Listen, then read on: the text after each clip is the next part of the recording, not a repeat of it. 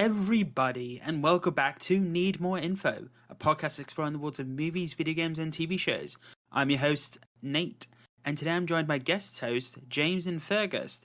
It's a lovely, I say lovely one more time, grey day here again in the UK.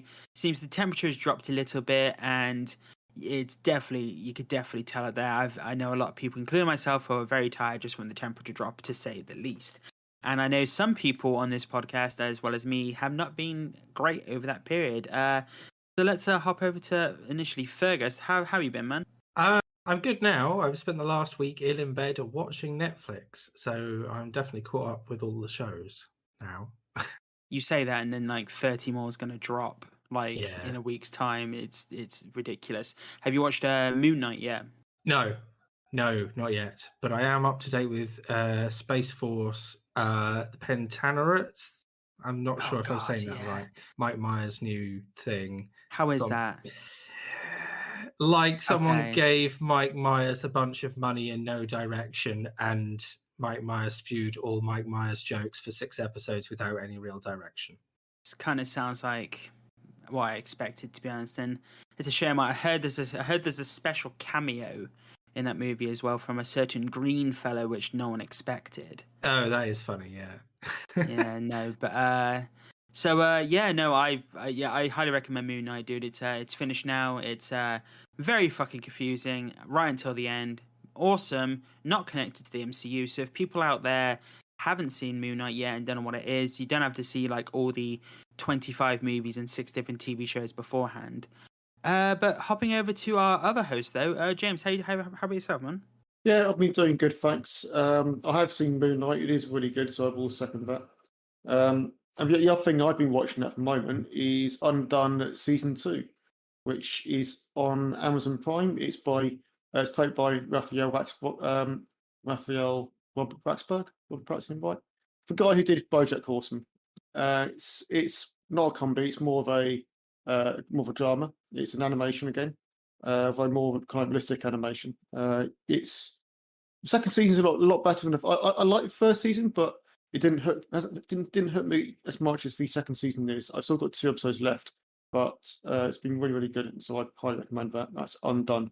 Nice, excellent. That is awesome. Well, myself, I've been playing tons of video games. I've been playing Vampire Survivors because another podcast got me hooked onto that, and Jesus Christ, it's the best £2 I've ever spent. I've now probably got about 29-30 hours in that game, and it's got like a 99%, like with 90,000 reviews on Steam. It's an action roguelike game, and it's developed by indie developer Poncol, I want to say Ponsel, it was it's just so good. It's literally a one-stick shooter. You upgrade your character as you go through, and you just got to survive for like maybe 15 minutes one map or 30 minutes another. It's just absolutely amazing. I've also been playing Ghostwire Tokyo, the new PS5 game. I believe it's only PS5 on Windows. It's created by Tango Gameworks and published by Bethesda. It's a action adventure game, first person perspective, and you have psychic paranormal abilities, defeating ghosts and spirits haunting Tokyo. It's very interesting after watching Doctor Strange. We'll get onto that in a minute. Doing a lot of hand gestures and freeing a lot of spirits, and fighting a lot of different creatures within that. And spirits is really pretty good. And because it's on discount at the moment on the PlayStation Store, I got for like 36 quids, down from 60. So that was a pretty good bargain. Outside of that, I pretty much did a bit of partying at the weekend. Got my karaoke on for which I've been wanting to do for 3 years now. With the COVID restrictions, I've sort of avoided doing karaoke, but that was extremely fun to do. Knackered on Saturday. I was like, oh, my feet really hurt. I've done like 1,500 steps. There wasn't much, but tons of walking the day before. So I decided to go do 10 kilometers walking on the Saturday just because, I decided to go into town, get the social aspect of the world, so I could go home and play video games and not interact with the world anymore. And finally, myself and James and a few other people went to go watch Doctor Strange in the Multiverse of Madness.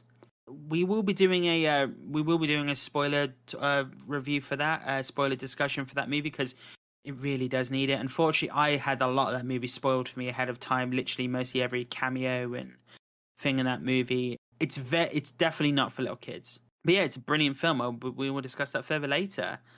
So obviously, as with the podcast, we usually do discussions, topics, and everything. And last week we actually got into something a bit different. After the news, we did our first quiz, which was Jordan's quotable quiz, and that went down a treat.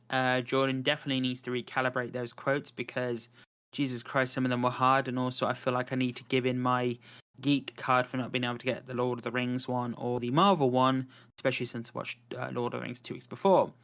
But we are going back to the topics this week, people. So after the news section, which we'll be doing in a second, we will be discussing, is streaming going to replace cinema? Now, we probably won't be having a massive long discussion on it this week, but it's a nice little discussion because it seems at the moment, of all the high-profile content coming out on streaming services, is cinema going to die out? Because obviously, COVID has also affected a lot of how people watch content these days, and with a lot of subscription services now having a lot of issues, how's that going to work? But going from that, though, and rolling straight into the initial news section, have you guys seen the Avatar, The Way of the Water trailer? Yes. I did indeed see the new Smurfs trailer. Yes, because James has not seen the first Avatar movie. So it was like, what the fuck am I watching? And no, I just think I just think it's a film about blue men. It's Smurfs. yeah, I mean, kind of is. I mean, it's so me and James saw it ahead of the trailer release because they actually showed it primarily in front of the Doctor Strange in the Multiverse of Madness movie.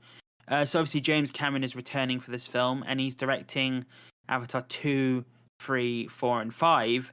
I believe he's filmed Avatar 2 and 3 consecutively, and then 3 and 4 will come later. And this is set like X amount of time after. It's set more than a decade after the previous movie, which is kind of good because this film is coming out way more than a decade after the previous movie did. And I'm be interested to see how this film will do with 3D again, because I'm wondering if it will bring back the whole 3D aspect to cinemas.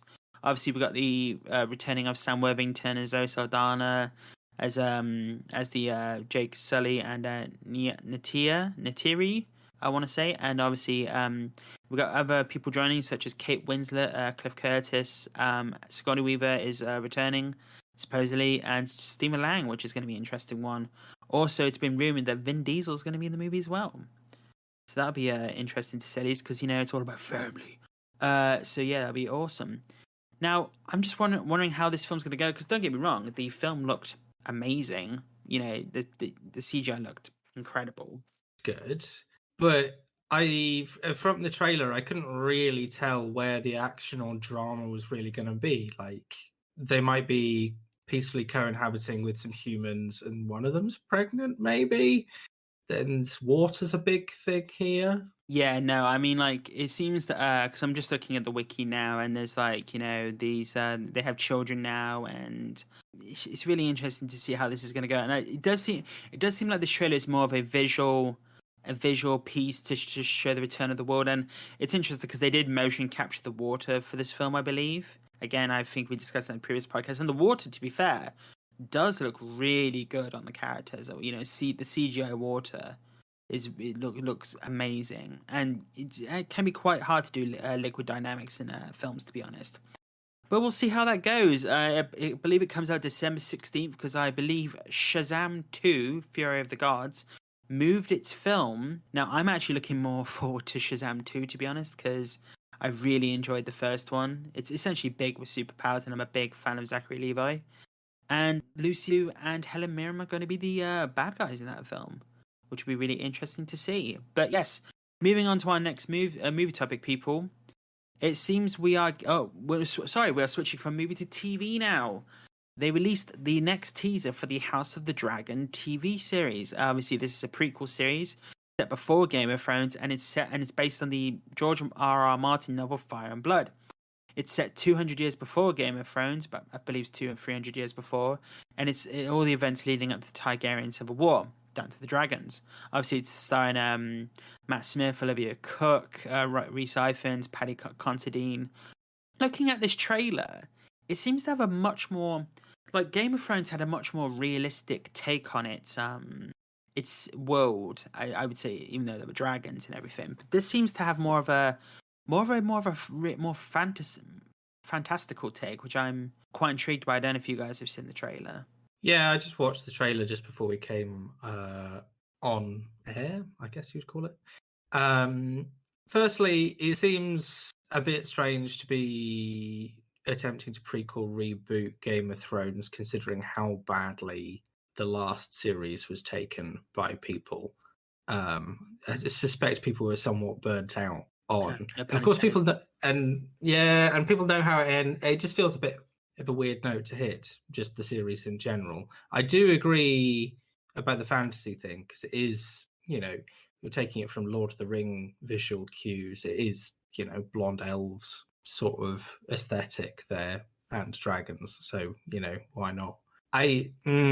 Seems a bit of a weird one to me, but I just I don't know how. Like, I'm interested because dragon in the sky battles, I'm actually quite intrigued by that, because will involve that, I'm presuming. I'm just wondering if they've learned their lessons from Game of Thrones, because I remember watching that with a group of us in that final season, and it seemed to be going well at the start, but then as soon as that final battle with the White Walkers happened, I was done at that point, because it just had so many issues going on from that. They're like, I know the original showrunners are not coming back for this. It's going by the wiki here. It's created by Ryan J. Condal and George R. R. Martin, obviously, and but Ramin Djawadi, I can't pronounce his surname correctly. Apologies. He is coming back to score it. I will say the Game of Thrones score has always been amazing, but going by the show though, I'm a big fan of Matt Smith, and I'm just wondering how this is going to go, to be honest, because maybe the fantasy element does help. Maybe it would be best if they don't try and make this go for 7-8 seasons. Maybe just how some shows have a set limit of like 4 seasons, and they just get in and get out and just get done. And maybe that's the best way to go about it, to have a beginning and an end in sight, because it seems the previous Game of Thrones series didn't have that in mind, or because they didn't have any books to continue onwards off of. They just went in their own direction. But obviously, this is based on an entire book, and I'm guessing we know exactly where the book goes. So maybe they have a better idea of where they're going. But I'm really looking forward to it. It is coming out August 21st, which is just before the Lord of the Rings TV show, The Rings of Power. So 2-3 weeks before, so that'll be really interesting to see. My prediction is the Game of Thrones prequel series will disappear without a trace if they're competing against Lord of the Rings there. I don't know. It's HBO though, and HBO does very well. And but we'll see how it goes. And the budget for this may be a lot less than Lord of the Rings. I mean, we haven't truly seen how the Lord of the Rings show is going to look yet, with its almost $500 million budget. We don't know how it's going to go, and it could be Amazon's big gamble. It could go the opposite direction. Amazon could, just lose interest in that. But we'll see. I think out of the shows that Lord of the Rings, I'm definitely looking forward to more. Like, you just hear Lord of the Rings and you automatically just want to see what is coming from that, to be honest. Yeah. But shifting over to our next news item, though, the Obi-Wan trailer, which was those people know how to do a good tease. That's what I'm saying.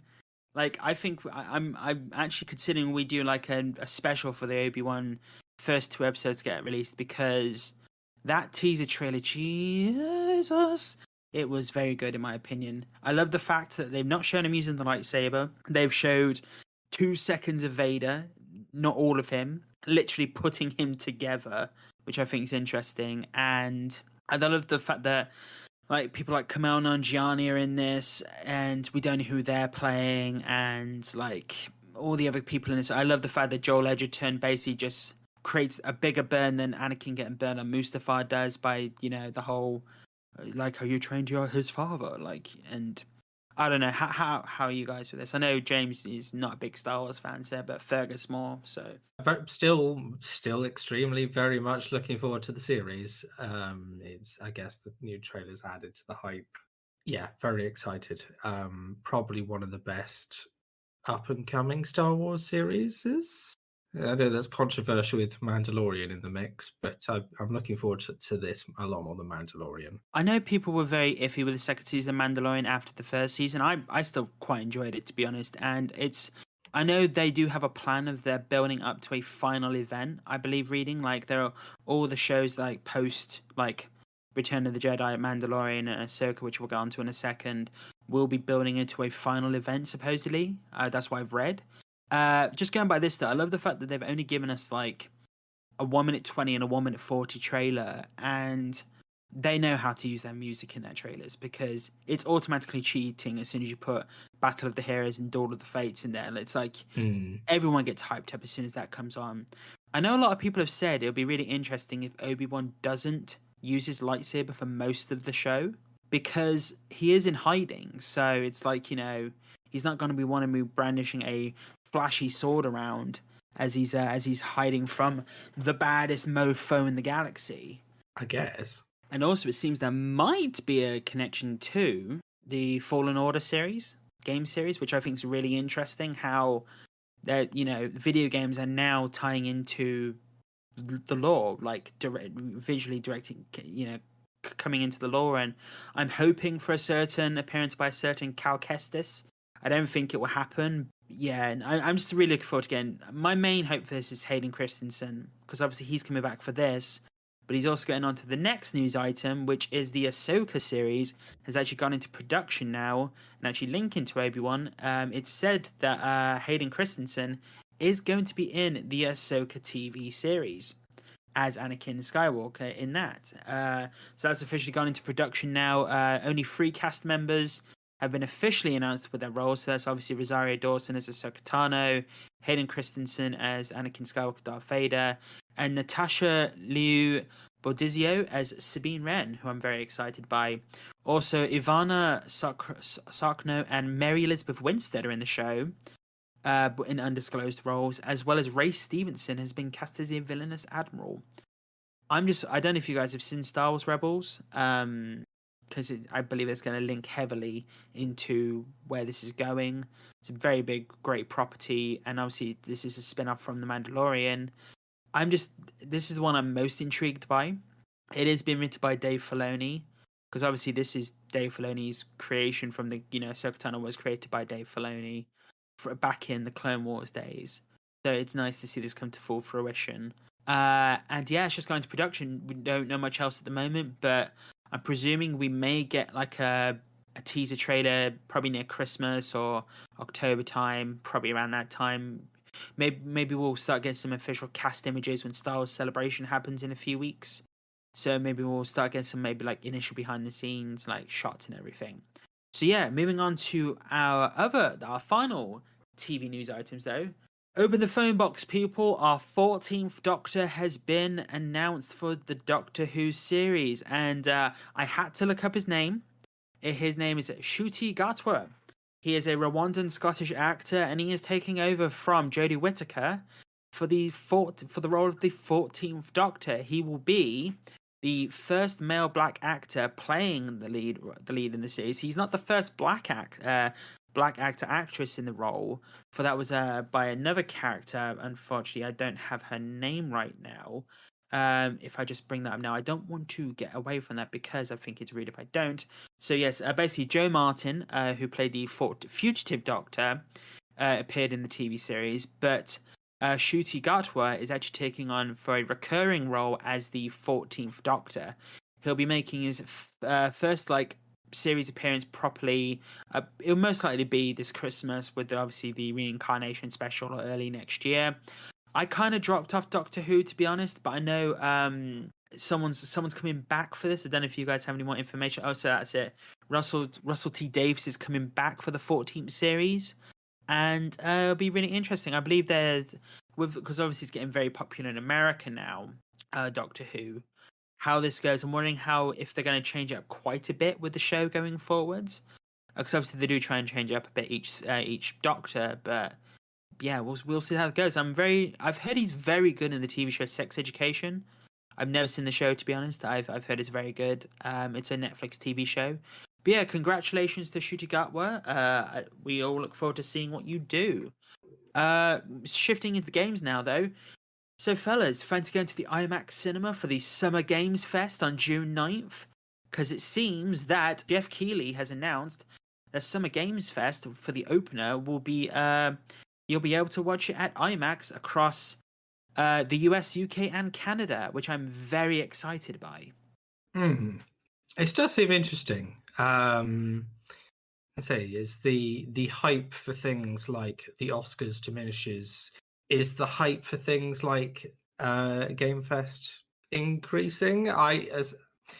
It's never occurred to me to go to a cinema to watch an event like this, I have to say. I mean, this will definitely be coming into a conversation for streaming and cinema, because I think this is actually a good talking point. But yeah, I think with video games, because I think in the last few years, video games have really taken the forefront of like streaming, and video games have really helped a lot of people in the last couple of years, because obviously a lot of people couldn't go to the cinema.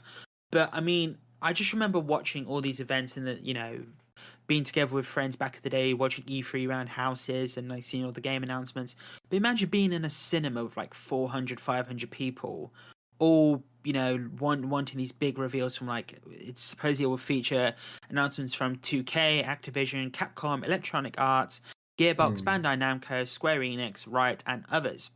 So imagine 500 people just go. I've never been in a situation like that. Just the roar and cheer, and well, apart from Avengers Endgame, but not from a video game perspective. It'll be really interesting to see, to be honest.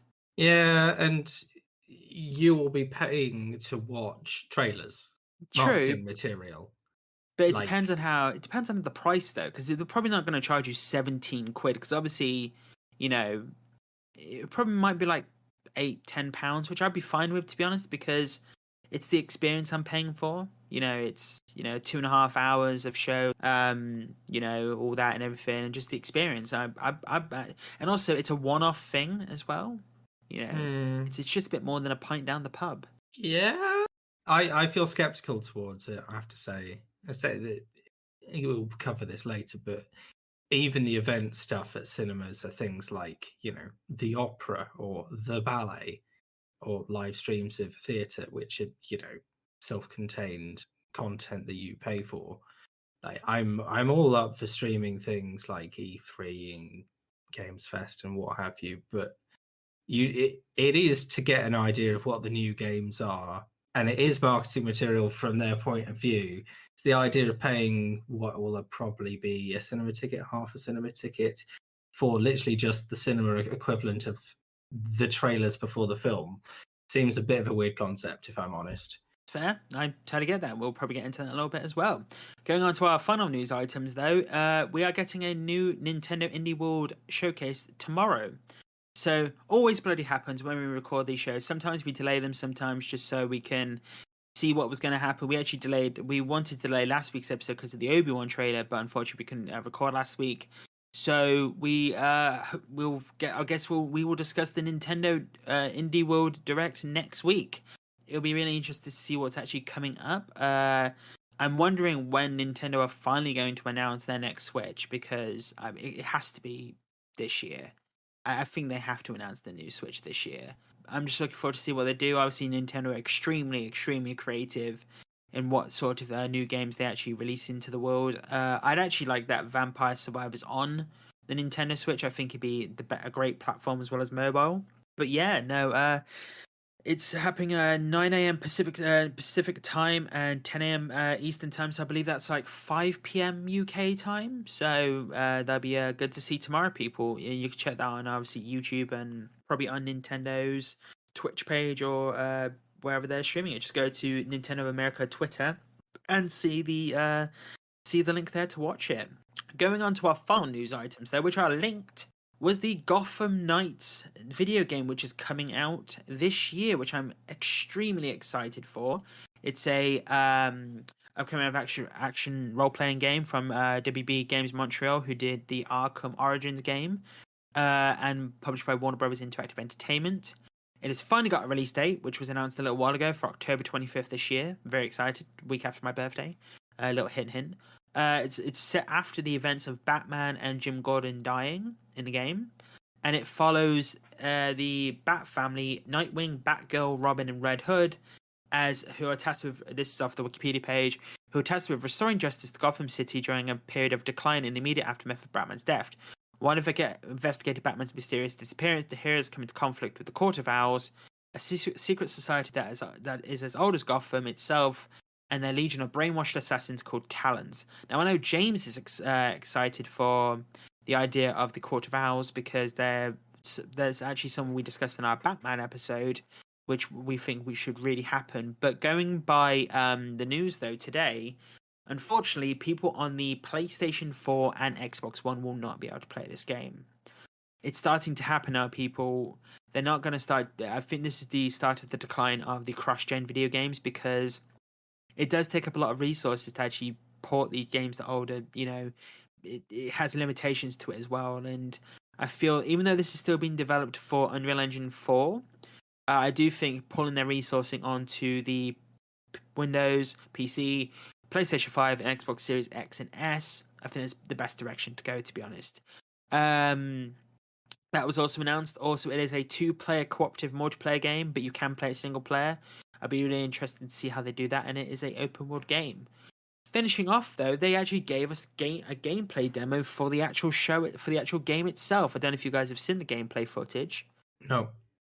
It's interesting. It definitely has a combo. You could definitely have combo mechanics with the AI that's with you. I don't know if they have a AI which you actually work with you in the game as you're going through, or it's just another player will show up as you go through. But the combat seems pretty good. I think I'm definitely going to need to see more because they showed us basically a rooftop fight, which, unlike Batman, where you could take on 25, 30 different people at once, this was like 4 people on a rooftop. You got to see the different combat styles between Dick Grayson, Nightwing, and Red Hood Jason Todd. So obviously Nightwing is more agility based, and Jason Todd is more gun heavy, like tank based essentially. And then you saw them go into an underground section for the Court of Owls. It's a 12-13 minute trailer, gameplay demo trailer on YouTube. You could go watch that. People, it's in 4K as well, so get all those lovely pixels. I really like the look of it. I think I need to see more. I would have actually preferred to see maybe a 3-4 minute segment from each character because obviously there's 4 different characters in the game. I'd like to have seen more on the story, maybe more of how the upgrade system works. I know they've shown us the belfry, the bell tower, essentially, where the belfry where the characters will be during the daytime, so you can upgrade your costumes, which is an interesting idea. But yeah, I think I need to see more first before I feel about this. I'm going to play it because it's a bloody Batman game, and I loved all the other previous Batman games, but I just do need to see more, to be honest. But that was the news, people. That was the news. An illegal spy agency discovers the theft of a prototype weapon. Derek, codename Confused Llama, and his handler, Frank, codename Majestic Vole, investigate the theft. A naive man with fanciful notions, Derek sets out on his inept journey to reclaim the weapon from villainous hands, unaware of the hidden tale following him. Enter the world of Confused Llama, A Spy's Tale, a short comedic spy thriller available on Amazon in paperback or Kindle. Right, we are now going on to the main topic indeed, which is streaming going to replace cinema? Now, obviously, this is an interesting conversation because my initial thoughts are you can actually break cinema down into various different areas, same as streaming in itself. I'm actually in the camp of yes and no. So I think some aspects, some films will not be just shown in the cinema. They'll probably die out of the cinema. Other films, I think they will. I also think there is a cultural aspect to the cinema which will stay. But I also think the pandemic and how properties are now shifting over to TV and the budgets for TV shows now is just getting ridiculous. Like as I said in the previous segment, the Lord of the Rings TV show is almost $500 million. You don't put that. Imagine that 10 years ago on a TV show. That would have been ridiculous. Yeah. So what are your guys' initial thoughts? So personally, I don't want streaming to replace cinema because I like the experience of being able to go to cinema. I think it's a great social aspect, and it's a unique experience watching a film in the cinema, which you don't get from home, unless you're not ridiculous amounts of money. So I definitely don't want to see that happen. But I am kind of in your camp a little bit of a yes and no, Nathan, because there is, as you say, a bit of a move more towards streaming. There's also been a reduction in how long it takes for some films to go from cinema to streaming afterwards. So what we might get in a situation is get in the end a situation where cinema remains, but you've got this much shorter lag between it going on cinema and it going on streaming services. Now, the concern there obviously is lower viewership in terms of people watching it in the cinema.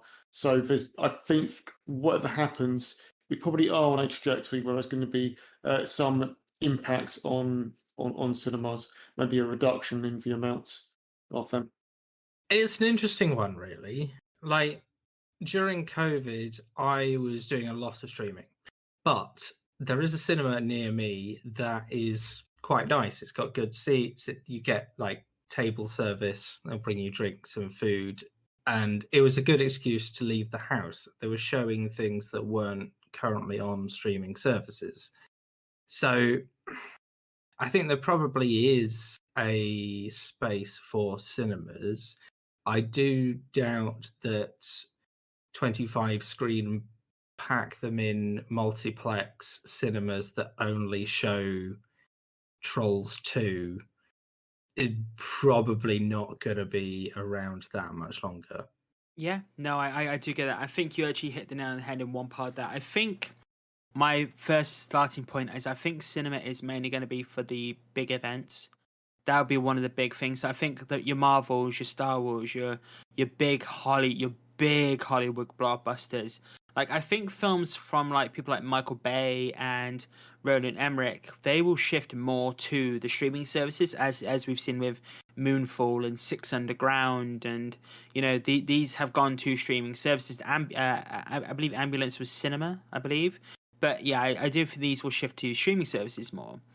But I think in regards to like your Marvel properties, which even so is streaming as well, I think your mega events such as like your titular characters such as Doctor Strange or your Spider-Mans or your Black Widows, or even, but for characters such as like we had the introduction of like Falcon and Winter Soldier as Falcon becoming Captain America in the TV show. We had WandaVision, which was this big thing, which, by the way, people, you need to see WandaVision if you're going to watch Doctor Strange in the Multiverse of Madness.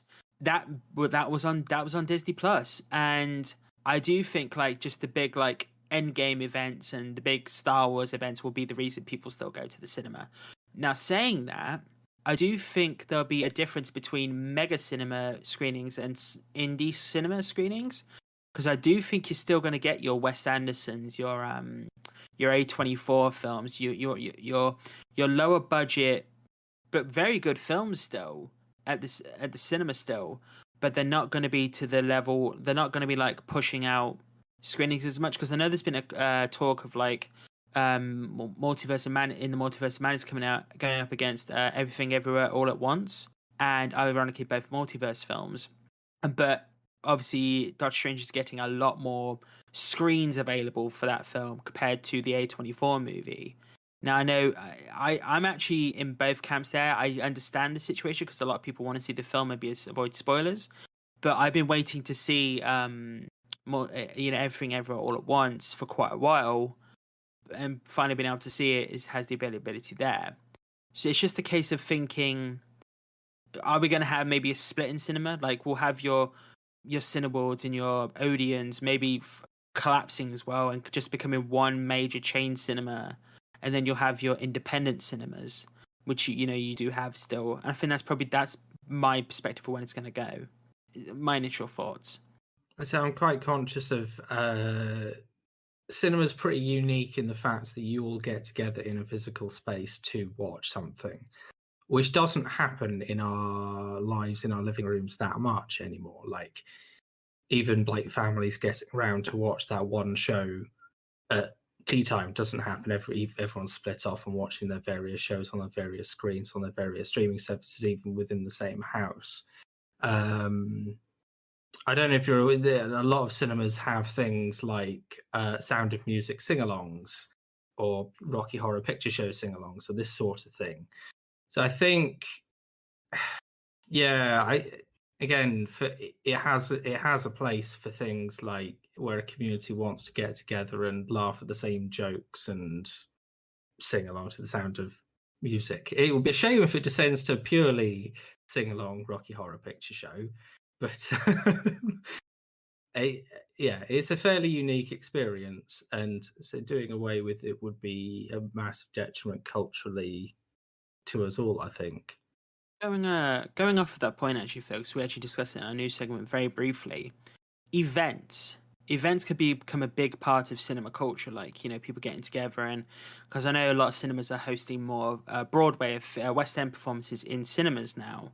Like they're showing these performances in cinemas, maybe like smaller cinemas, but you have your sing-alongs like The Greatest Showman and Rocky Horror Picture Show and all these different events. And I just had an email today about a Moana sing-along, a £5 Moana sing-along, and I do think like that is an aspect of it as well, because I do think culturally people will still want to go to the cinema, like date nights, people, because if you're going on a date night, you don't usually just go to the cinema. You'll have a nice meal, or maybe go to one of those multiplexes where like it's bowling or like arcades, and you'll make an evening out of it essentially, and the cinema will be part of that.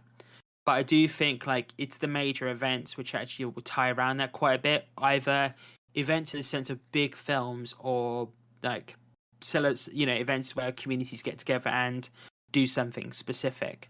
I think that's probably where cinema's going to go in all honesty, because I also don't think we're going to have a View cinema, an Odeon cinema, and a Cineworld cinema in like 10-20 years time. I think it'll just be one major chain possibly, and we'll see how it goes from that.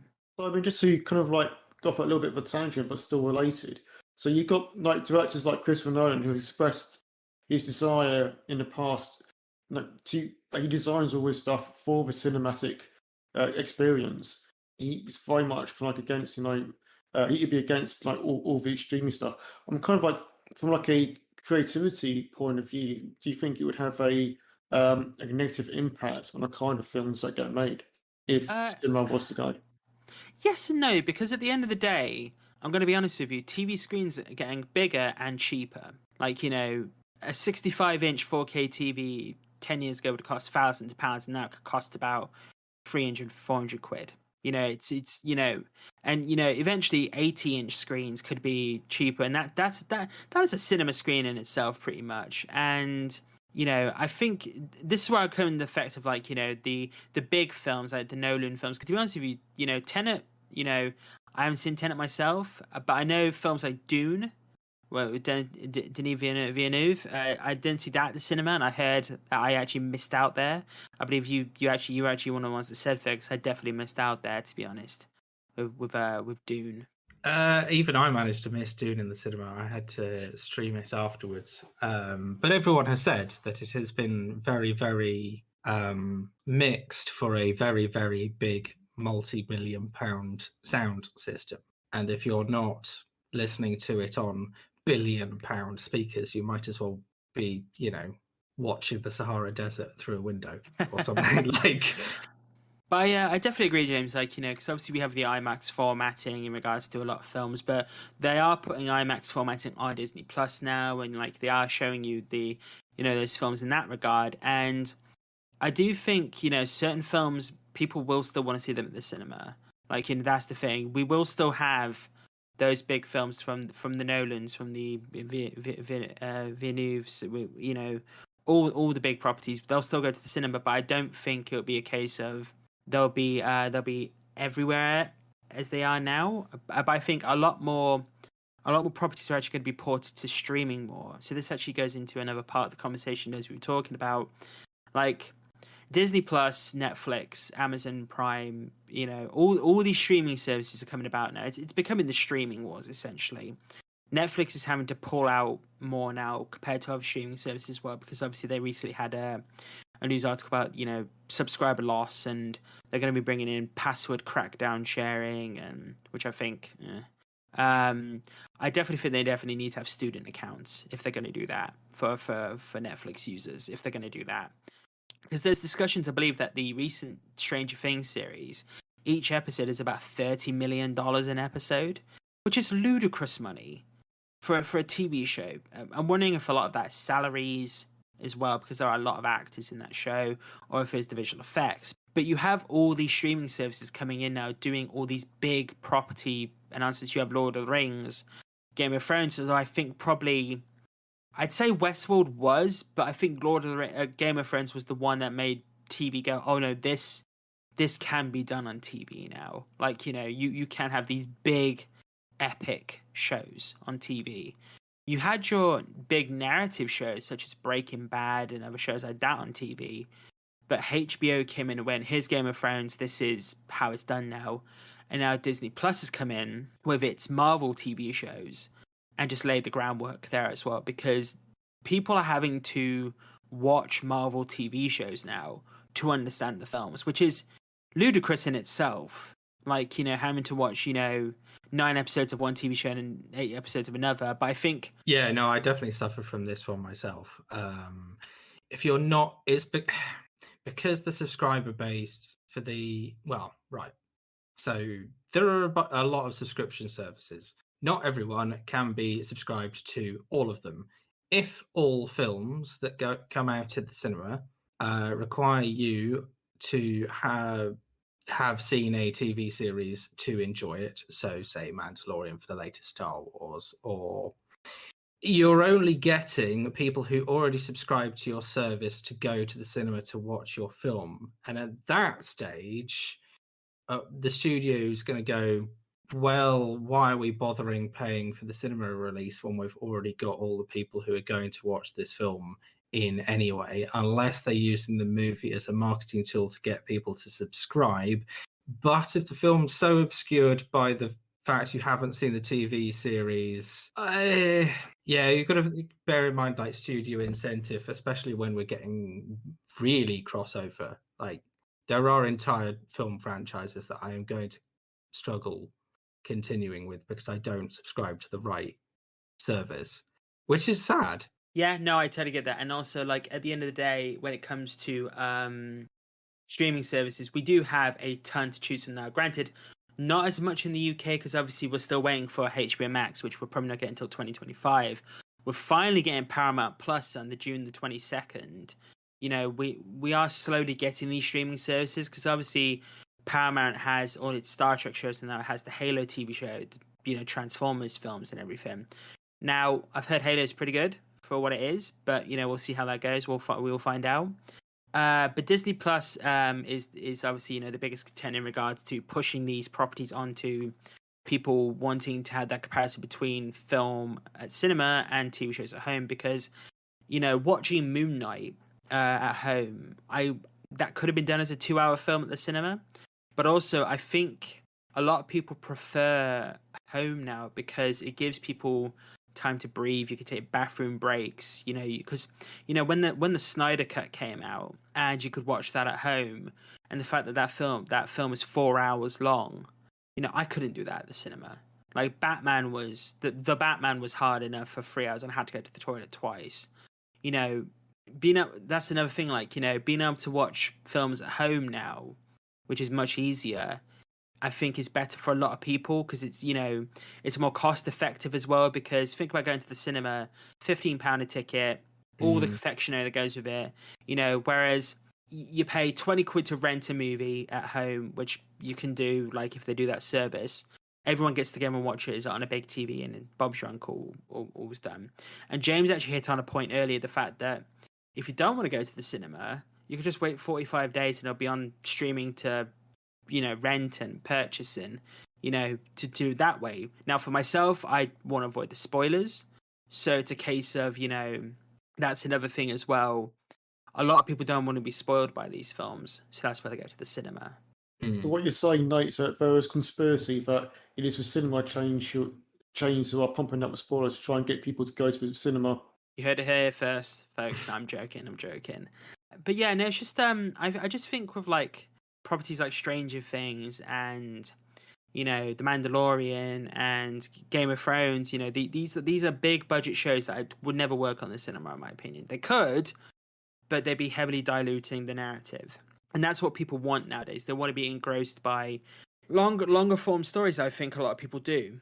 I think people want to enjoy their, each week, or, sitting down and binging a show like The Witcher as well. That's a big thing coming out. And I do just think, like, there's so much within this conversation, to be honest, but I just generally think that streaming will partially take over in some regard for a lot of properties. Like, a lot of big properties will go to, like, The Witcher could have gone to the cinema, Cobra Kai, the Netflix show, could have gone to the cinema as a 3-part movie, but they decided on the TV.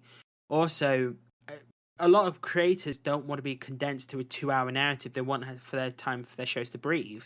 And sometimes having the same budget as a movie on the screen, but having longer time to breathe on a streaming service helps. I agree. There are definitely a lot of films that would have done better as, say, 12-episode TV series, and having that money available is good. Whether that will last, judging by how Netflix is currently acting and its very large debt pile, at the moment it has been seen as free money primarily from Netflix by filmmakers. I am aware of quite a lot of jokes from award ceremonies for things like indie Hollywood award ceremonies. There's a lot of jokes like, it's Bob from Netflix, go get all of your cash now, he'll greenlight anything. And this is from 2015, 16, 17 maybe. So this has generally been the attitude so far. Whether it will continue like this, because a lot more competition, a lot more higher quality content being pumped out, who will survive, who won't, what models will work. I know there's also been a lot of research done into enjoyability of, say, binging. Yeah, I get that. I mean, because obviously we have Netflix's model of all at once. Not all shows, though. They do. Some shows do come week to week, but that's mainly because they're porting from another country, or also coming from another country, more likely. Whereas your big properties like The Witcher and Stranger Things will still be all at once. And then you have your Disney Plus shows, which come out weekly. You have your, your DC shows, which come out weekly. Apple TV do, I believe, some of their shows all at once, I want to say, or at least a couple of them, but most of them are weekly as well. So it seems that Netflix, maybe Amazon Prime as well, to a degree, release most of their shows at once. I know Amazon Prime do release a lot of their shows weekly as well, but it just seems to be Netflix is the one that does. That might be its issue. It might be its case of they are releasing too many shows all at once, and you binge it in a day. Like, I watched the recent series of Cobra Kai, and because it's 10 half-an-hour episodes, I was done in 5 hours. And people, as you're saying, you don't want to spend that amount of money a month to watch 5 hours and then just not be interested in what else is coming up, or for something to be cancelled. Yeah, no, definitely. But then you've got an incentive to watch it all at once because you're paying monthly. Yeah, it's eat everything at the buffet mentality, I guess. Like, I think it's having, like, the recent Space Force TV show, which was cancelled, which is frustrating because it ended on a cliffhanger. They reduced the episode count by 3. I believe it was 3 from 10 to 7. Yeah. Could they have not just done a movie, a final movie? Like, this is probably another podcast in itself of when it comes to TV shows that are cancelled, they should actually have an ending.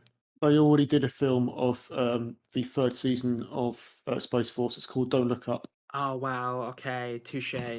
Yeah, that's I'd like for more of a hopeful film, to be honest, James. We won't go into that too much, but I definitely think that's a conversation for another, actually a podcast for another time, of shows that deserved an ending.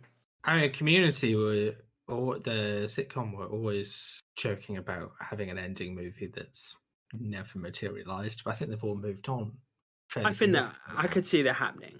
I could honestly see it happening in the next 5 years, to be honest. Like, with the amount of people coming back to TV and everything, and that's another big thing as well for streaming and cinema. TV was always used to be seen as like the career ender for an actor. Like, you've done your big cinema roles and now you become a TV star. But now TV is becoming streaming more so is becoming so big and popular that people are going that direction. Like, you know, Henry Cavill was Superman on the silver screen, but now he's Geralt of Rivia on the small screen. But you know, it's the epicness of that. You know, TV shows like The Expanse, which ended and was brilliant. You know, putting that to the silver screen could have worked as a 5-part movie, but you know, as we spoke before, it's the breathing room, and I think all these actors going to the smaller screen as well, because directors have started to see the smaller screen as a next viable option. It shouldn't even be classed as a viable option. It's just a good route to go, because a lot of people can't afford to distribute their films into all these cinema chains and everything, all these places. So they go to a network and they say, "This is what I want to pitch. This is what I want to do." I'm not sure if you're aware of this, but I used to work in and around the TV industry, and the TV industry and the film industry historically, pre-streaming, utterly different worlds. Like the snobbery of going from film to TV, just you might as well have built a brick wall between the two. I don't think this happens anymore. Like this is a huge cultural change from a production side of things. Like massively massive, because so the link between like the budgets going to TV are now film level. I mean, of course, there's still like the film snobbery around like old franchises, but that barrier has been very much broken down by Netflix and others. I think because ironically Netflix have got a show coming out about the last blockbuster, which I think is hilarious. The fact that Netflix killed Blockbuster and they're doing a show about Blockbuster now. But I think the way streaming is going to be looked at now, Netflix is the grandfather of streaming, and it might eventually fade off into the night. It might still be around for ages to come, because they do have a lot of good content on this, like amazing content. I just think they need to refine themselves. They need to refine. But you have your Apple TVs now, which people thought at first, is that going to work? But they've got some really good content on there. You have your HBO Maxes, which unfortunately the UK still can't get. That's another area in question, because it's region locking as well. Yeah, I've got a huge issue with this. Like, we need, like, people who are running studios need to realize that the internet is an international thing. Like, I think I'm right in saying this is how HBO was initially kind of made it big, because you could stream it online at the same time the world over, right? Right. I can't remember if that was so.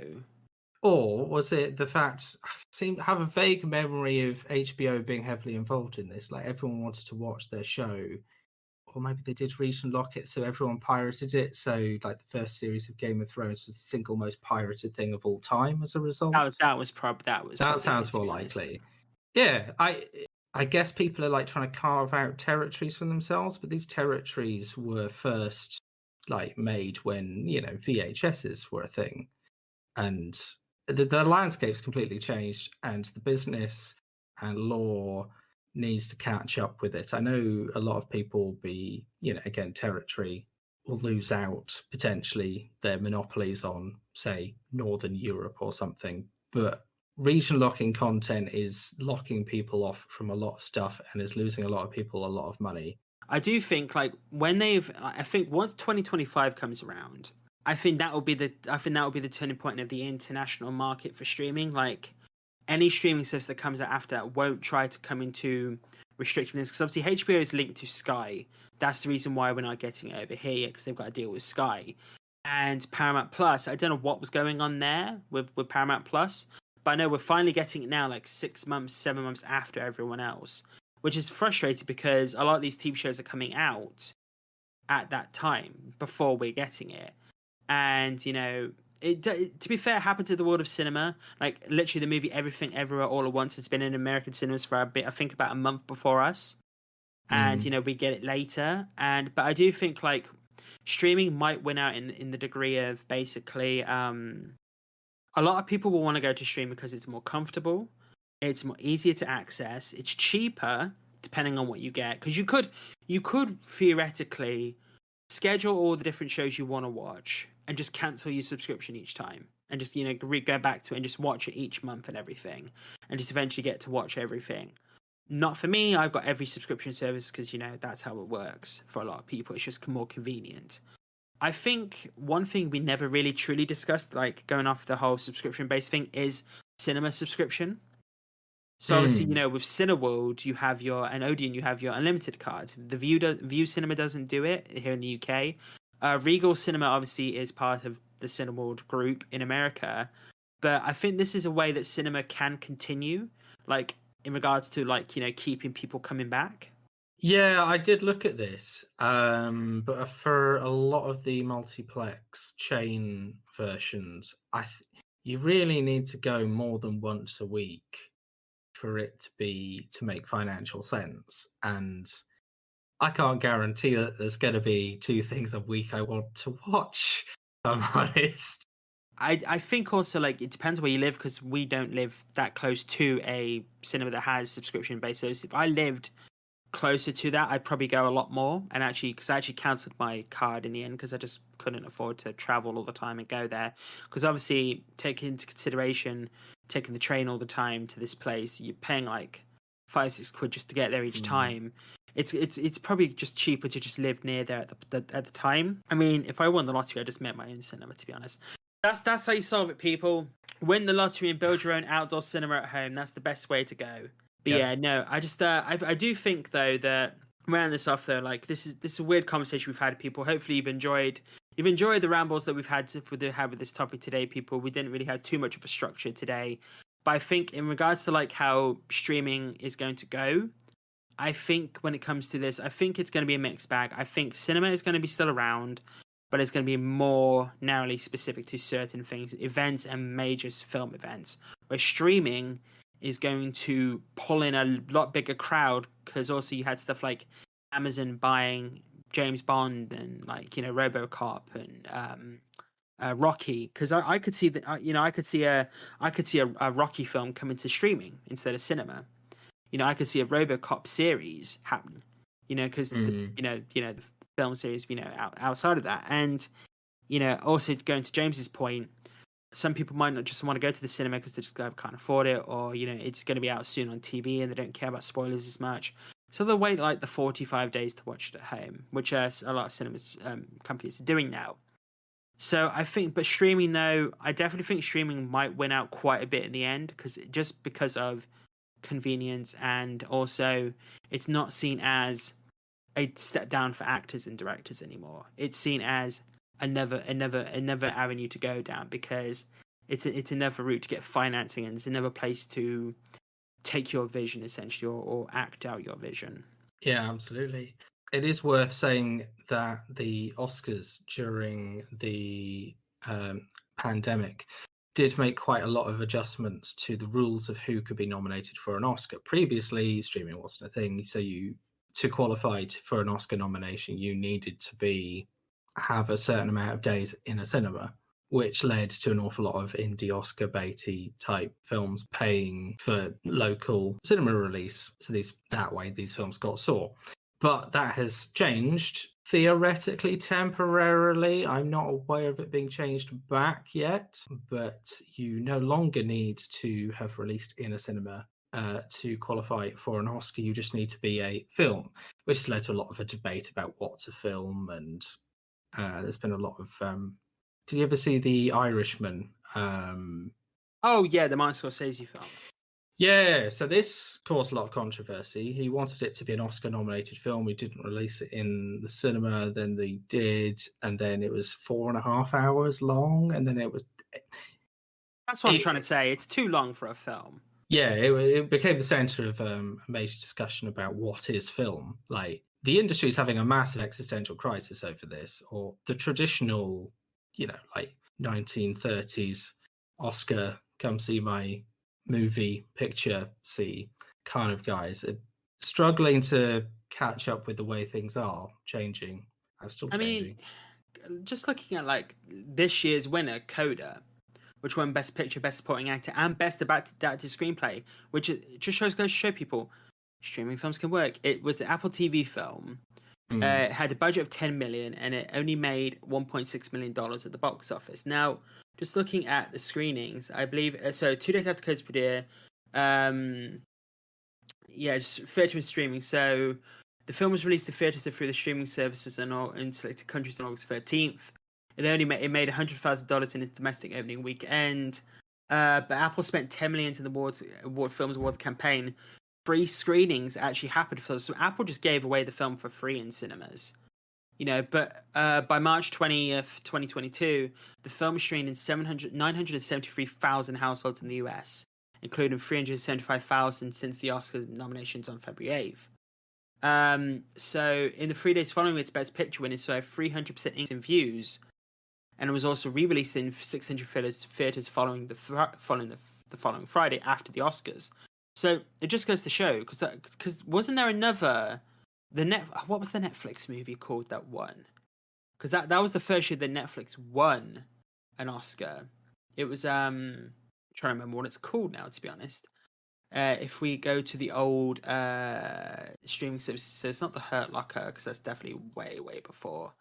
Oh, we are way back now, people. Basically, yeah. So looking at Coda though, that won three Academy Awards. Which, I'll be honest with you, I don't see the huge point in the Academy Awards anymore. Like it's an institution which does, like, there are some films which I feel should have won, which didn't, but that's just my personal opinion. I don't know how I feel about the Oscars anymore. Yeah. I'm more into the Emmys and the the Golden Globes and stuff like that. I still follow the BAFTAs somewhat, but I am BAFTAs as well, yeah. Somewhat disappointed in the way all of them are going. Again, I feel like they're probably not keeping up with the way things are actually. Again, with their attempted rejections of streaming only nominations, etc. But I know viewership's dropped off the Oscars massively. I think people's attentions are too divided to worry about 6 to 10 named actors, because if you divide attention, fewer people will have seen these people who appear in dresses and say, I'm famous, right? Yeah. People have their own smaller influencer types to follow and have their lives dominated by. I do think, like, you have your directors going on about how, like, certain film properties aren't cinema anymore. Like, your Marvel films aren't basically classed as cinema for some people, which I completely disagree with. If a film is in a cinema and it's been watched by people and it's enjoyed it, it's a cinema going experience. It is a cinema film at the end of the day. But I still haven't seen that Coda film. Again, a streaming movie. It's an outright thing. I do need to see it, and it'll be really interesting to see, to be honest. Closing that out though, people, we'd love to hear what you think in regards to, like, how it all goes. Just seeing how it goes though in regards to everything. So that was it. Just looking back now, James is waving his hand as he typed in the chat. It's Roma, the Netflix film Roma. Right, okay. That was actually Netflix, was it? Which won for Best Director, and Jane Champion won for Power of the Dog for Best Director. Laura Dern won for Best Supporting Actor for Marriage Story, and Roma also won for Best Language Foreign Film for Alfonso Cuarón. They've had oh, sorry, and actually going back to one of our first podcasts, I believe it is My Octopus Teacher, which was on one of Doug's top lists, won for the Best Documentary Feature back in 2021. So that's actually a nice callback to that. So there have been winners, but I believe it was Coda. This was the first film to win, a streaming film to win the Best Picture at the Academy Awards. And I'd just be really interested to see, to be honest. And I definitely think we'll be having some conversations in the future, people, where how all these different properties are going to streaming services now. So you have Apple TV having all these big properties coming out, but also Amazon buying MGM Studios and having your Rockies, your RoboCops, all these properties. And Lord of the Rings is a big one, to say the least. Having this big Lord of the Rings TV show coming out. Could the Lord of the Rings TV show you don't need films at the cinema anymore? But we'll see how it goes. We will see how it goes. But we're going to wrap it up there, people. That was a very free structured conversation today. We didn't sort of go through any specific topics. We just thought we'd have a nice little chat with you, and I hope you enjoyed the conversation with us. I definitely know me and Fergus could have talked about that for longer. James definitely included when he could. But yes, so if you do have any, like, questions, comments, and how you feel about, how this conversation went, do you think streaming is going to replace cinema? Do you think it's a case of cinema will always be there? Are you going to go watch the Summer Game Fest at IMAX? I know I definitely am. Fergus might not. We'll see how it goes, see if I could drag him along. And then I'll record him cheering when the next bit of video game comes out. I'll just go, I told you you'd enjoy it. But yes, people, I've been your host, Nate. If you'd like to get in contact with us with any questions or queries from today or any past previous episodes, feel free to email us at NMI Podcast. That's NMI Podcast at Outlook.com. NMI Podcast at Outlook.com. Follow us on Twitter or Instagram at NMIcast. You can also search for us on Linktree at NMIcast, where you'll find all our social media links, all our streaming links. We are on Spotify, iTunes, YouTube, SoundCloud. We have now also added ourselves to a multitude people of other different streaming services. I'm just going to bring them up now for people. But the multitude streaming services that we are on are basically, we've added them to Player FM, Listen Note, Samsung, Podchaser. Basically, any streaming service that you like. If we're not on a streaming service that you like, please tell us. We will try to get it on there for you. Right. So yes, but please feel free to email us with any questions or queries and follow us on our social media links. Please join us next week as we go into our next topic. Maybe we'll have a new quiz for you. Maybe we'll talk about the recent James Bond films, because that's a topic we'll be having soon. I still need to watch the last two Craig films. The idea is basically that we will possibly review the Craig saga and then see where James Bond is going to go after that, because obviously we've just had some new Doctor Who news. Who's going to be the next James Bond, which might be coming soon. But I've been your host, Nate. I'd like to thank Fergus and James for joining me again today. Thank you for having me. Yep, cheers. Well, stay safe, everyone. Enjoy your video games. Enjoy all the lovely times are there. Maybe get some nice weather. Go play Vampire Survivors. It's only £2. It's absolutely amazing. But yes, I've been your host, Nate. Stay safe, everyone. Keep safe. Bye-bye. Bye.